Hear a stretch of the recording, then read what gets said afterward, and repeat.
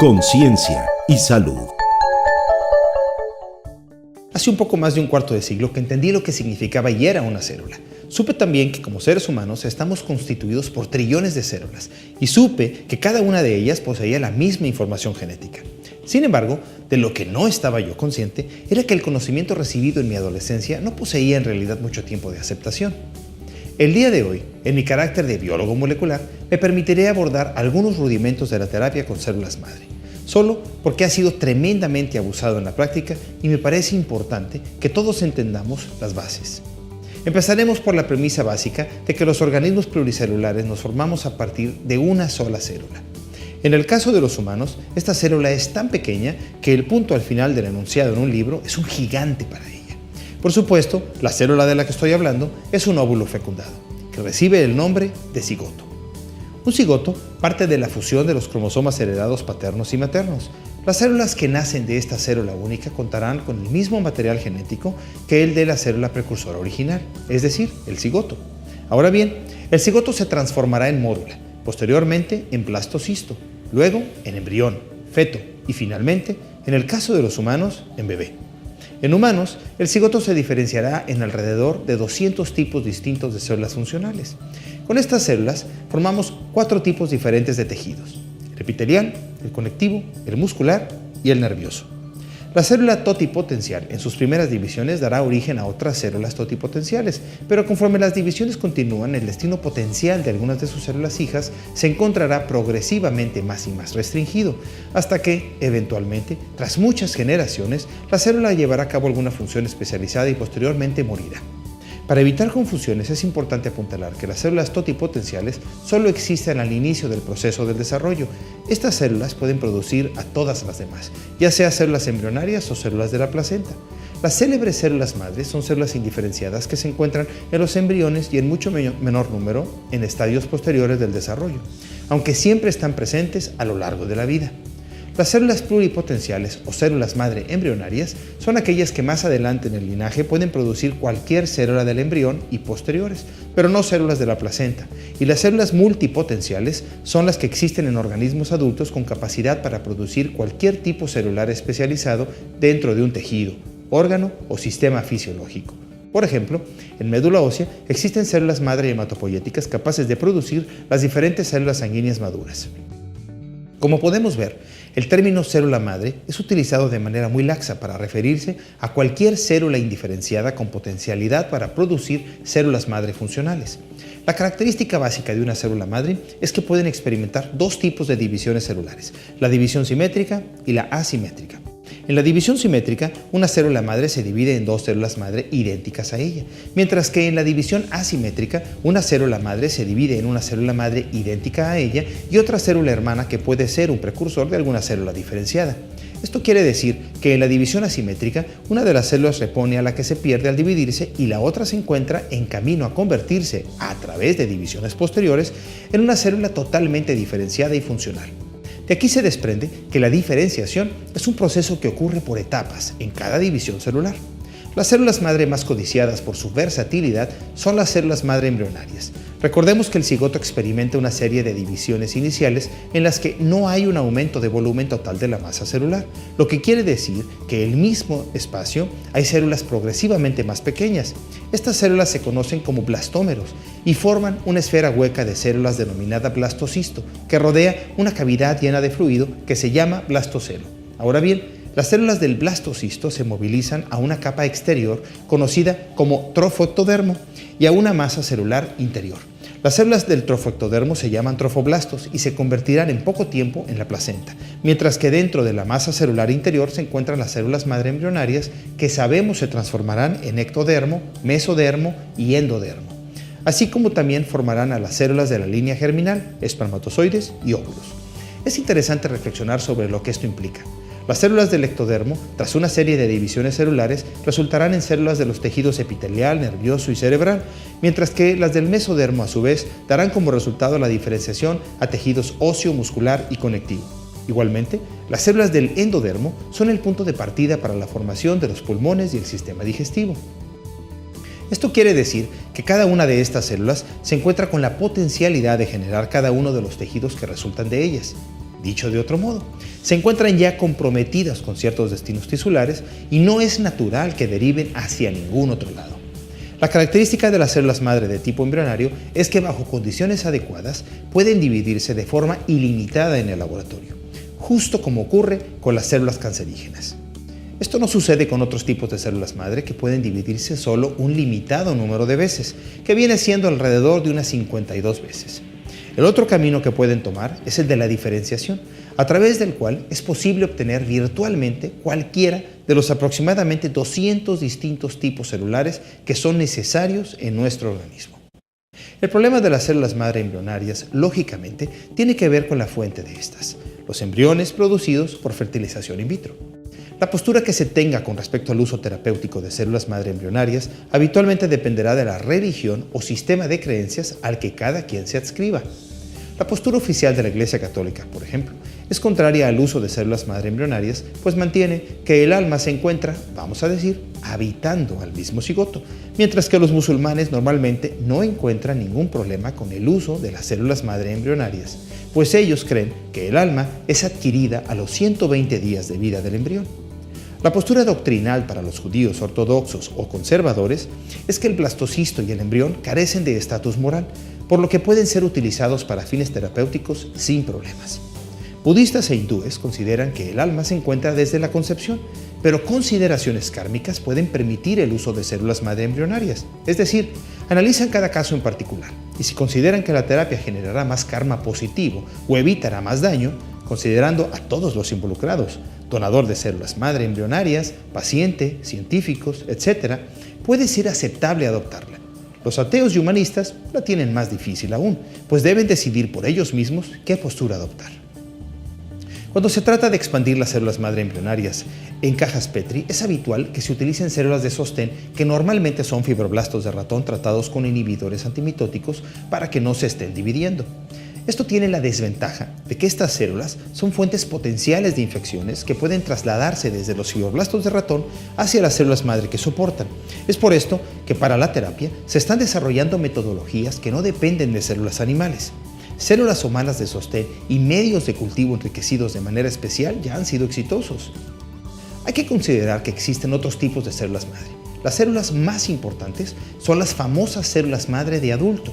Estas células madre han sido la alternativa predilecta porque pueden ser recolectadas de adultos, lo que quiere decir que no hay necesidad de recurrir a embriones para recuperar estas células madre, y así se evitan los dilemas éticos propios de las células embrionarias. Sin embargo, las células madre de adulto no son exactamente como las células madre embrionarias. Las células madre de adulto poseen menos plasticidad, es decir, pueden, de manera natural, diferenciarse en células de uno o varios tejidos, pero no de todos. El destino potencial de una célula madre de adulto se encuentra restringido al tipo de célula madre de la que se trate. Las células madre de adulto también pueden ser identificadas como células progenitoras, pues se encuentran ya más cerca de uno o solo un puñado de destinos, a diferencia de las células madre embrionarias, que pueden convertirse en prácticamente cualquier tejido del organismo adulto. Sin duda, el mayor potencial curativo se encuentra en las células madre embrionarias, pero los científicos de algunas partes del mundo, por motivos religiosos y legales, se encuentran hoy restringidos a trabajar con las mucho más limitadas células madre de adulto. Hoy es posible generar células madre pluripotenciales inducidas, una especie artificial de células madre creadas en el laboratorio, pero ese es tema para otra ocasión. Las implicaciones y las promesas de la tecnología basada en células madre son enormes. Sin embargo, hoy día son muy limitadas las aplicaciones aprobadas para el uso de células madre. La mayor parte de los tratamientos aprobados aplicados son células madre de sangre periférica o médula espinal para la reconstitución hematopoyética. El objetivo de este procedimiento es que el aceptor adquiera del donador un sistema linfohematopoyético funcional. En otras palabras, que los precursores de todas las células sanguíneas sean transferidos desde un donador saludable y compatible hacia un aceptor enfermo que necesita un recambio en su sistema. Es considerado aceptable el uso de células madre para la piel para tratar quemaduras y las células madre del epitelio de la córnea para daño en córnea, e incluso ciertos tratamientos con células madre para la regeneración del hueso, pero solo eso. Es imperativo mantener esto en mente, pues es muy común observar que se oferta el uso de células madre, sobre todo autólogas, es decir, provenientes del mismo paciente, para tratar una miríada de enfermedades o banalidades, como puede ser la promesa de adquirir una apariencia más joven o, francamente, de rejuvenecer. Ponce de León estaría extático.